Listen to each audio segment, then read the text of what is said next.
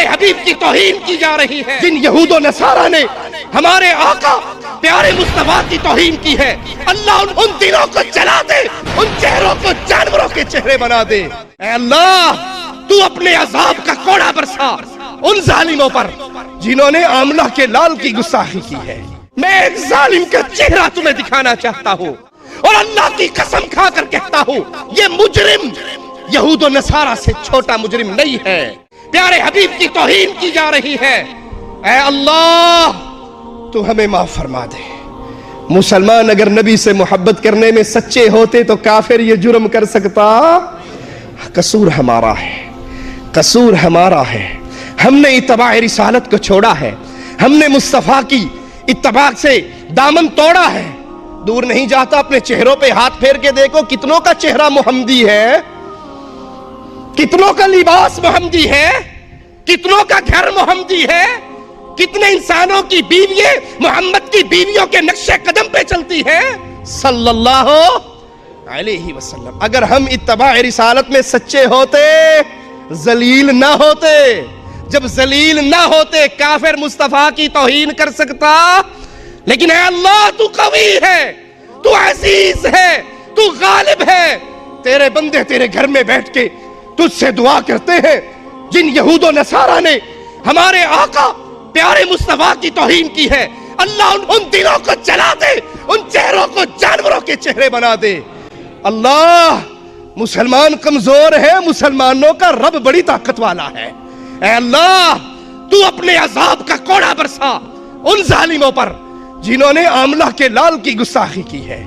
لیکن لوگوں میں ایک مجرم کی تصویر تمہیں دکھانا چاہتا ہوں، میں ایک ظالم کا چہرہ تمہیں دکھانا چاہتا ہوں. جو محمد نام کے ویکتی تھے وہ بچپنے سے لے کر دماغی بیمار تھے. 26 آیتیں تو میں نے صرف کہی تھی، قرآن پورا غلط ہے. اسلام میں ایسا کچھ نہیں ہے جس کو دیکھ کر آدمی خود بخود اسلام میں شامل ہو. اور آج نہیں، 50 سال کے بعد اسلام کو ماننے والے لوگ اسلام سے گھرنا کریں گے اور گھرنا کر کے دوسرے دھرموں میں شامل ہوں گے. اور اللہ کی قسم کھا کر کہتا ہوں یہ مجرم یہود و نصارہ سے چھوٹا مجرم نہیں ہے.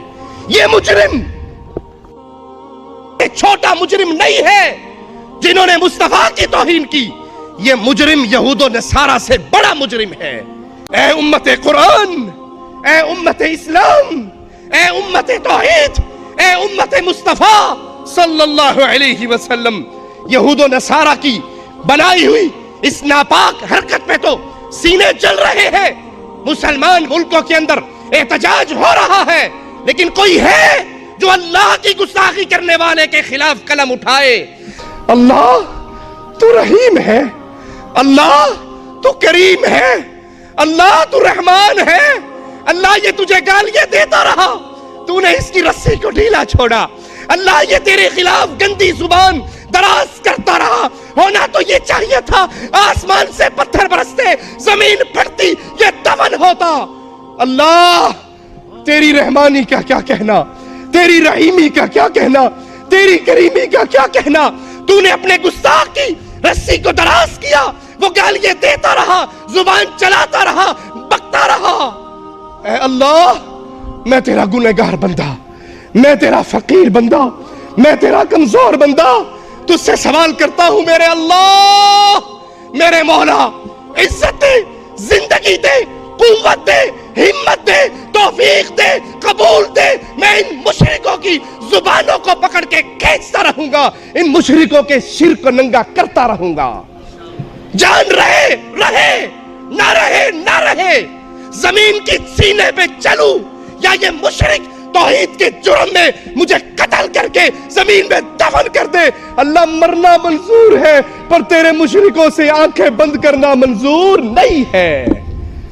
میرے رب کو یہ گالیاں اسلام کے نام پہ لینے والے ملکوں کے اندر نہ کسی کی قلم حرکت میں آئے، نہ کسی کی زبان حرکت میں آئے.